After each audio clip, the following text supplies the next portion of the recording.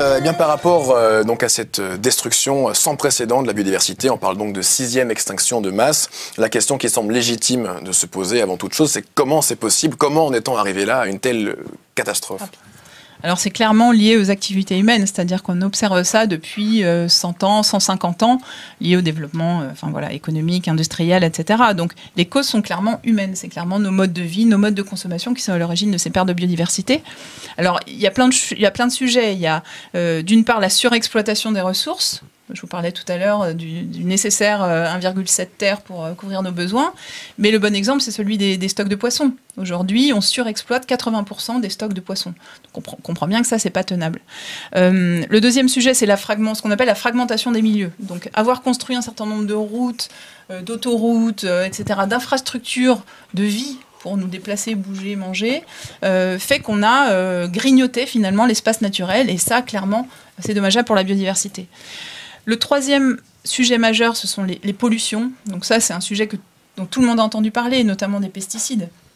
Un exemple clair, c'est qu'on a interdit en 2002-2003 l'atrazine en France, qui est un herbicide qu'on retrouvait dans l'eau majoritairement. On le retrouve aujourd'hui encore dans l'eau, 15 ans après. Donc en plus, il y a une rémanence, une présence des pesticides qui dure très longtemps et qui dévaste l'ensemble des milieux. Donc cette question des pollutions est essentielle.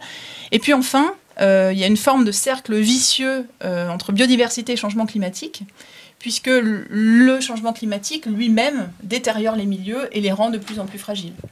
Typiquement, c'est l'acidification des océans qui fait qu'on perd des récifs coralliens. Donc on comprend bien un cercle vicieux qui s'emballe entre réchauffement climatique, perte de biodiversité, et donc perte de résilience, et donc moins d'adaptation au changement climatique.